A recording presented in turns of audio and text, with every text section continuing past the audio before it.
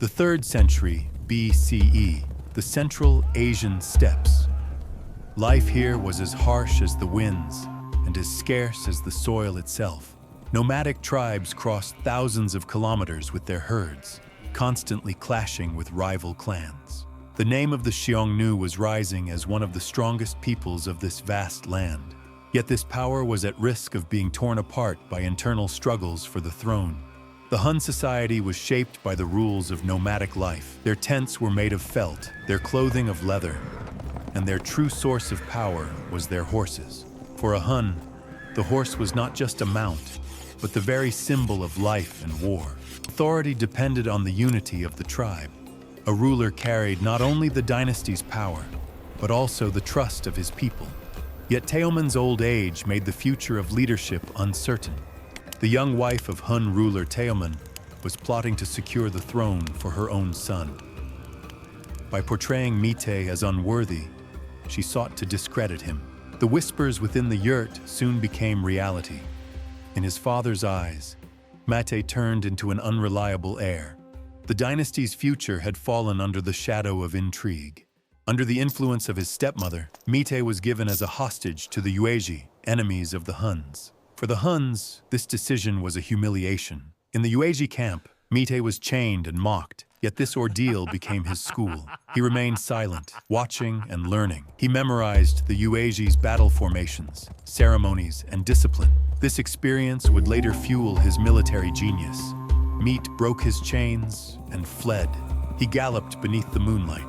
By the time he returned to the steppe, he was no longer a child. In his eyes burned a calculated determination that would soon change history. Mete returned. From among the young warriors, he chose only the most disciplined. He taught them one principle: absolute obedience to the signal. Days of training followed. Target archery, horseback maneuvers. This unit became the first highly organized military corps in Han history. Mete was laying the stones of the future army. Mete knew that one of war's greatest problems was sound. Amid the roar of tens of thousands of soldiers, orders often vanished. So he devised a new method.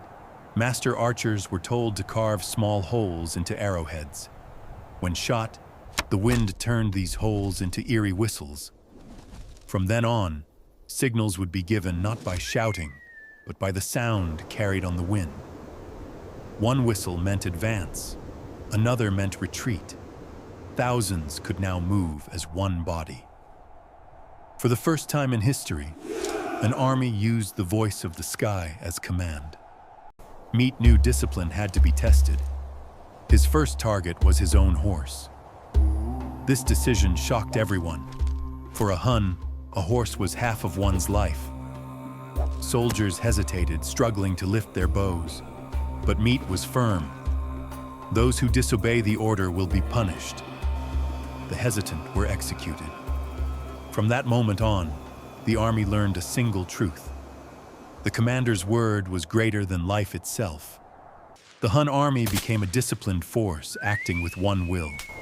The final test of discipline was harsher. This time, the target was Mete's beloved wife. When the order was given, silence gripped the camp. The soldiers were stunned, yet the signal was obeyed. The woman was killed. From then on, no hesitation remained in Mete's army. His word had become absolute law. Mete's method not only transformed the Han army, but also influenced other tribes of the steppe. Through discipline, the army embodied both fear and loyalty. This structure quickly reinforced the foundation of the Han state. In their yurts, the tribal chiefs bowed to Mete's discipline with awe. To seize power, Mete moved against his father, Teoman.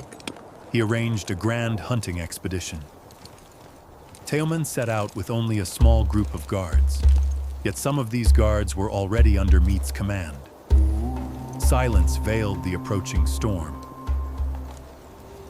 As the sun rose, the ambush began. Mete gave the signal. Hundreds of arrows shot at once. The sky darkened, the earth trembled. Teoman was slain. The Han throne stood empty, drenched in blood. This was not merely the death of a ruler. It was the birth of a new political order on the steppe. Mete ascended the Han throne. He was no longer just a ruler. He began uniting all steppe tribes under his authority. This unity soon turned the Han state into the most powerful force in Central Asia. His proclamation echoed across the entire steppe. Mete's greatest innovation was the decimal system. The army was organized into units of 10, 100, 1,000, and 10,000. This model became the foundation of armies throughout history. From China to Europe, it inspired military organization for centuries. Once Mete consolidated power, he turned to external enemies. In battles with China, the Han army's discipline proved decisive. Chinese chronicles recorded his military genius in their pages. The practices of Mete Han left a deep mark not only on the Huns, but on the entire military history of mankind.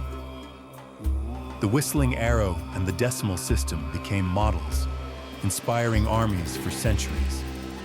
His disciplined order formed the cornerstone of nomadic empires and endured in the structures of later great states. Mete Han was not only the ruler of the Huns, he was one of the architects of the history of war.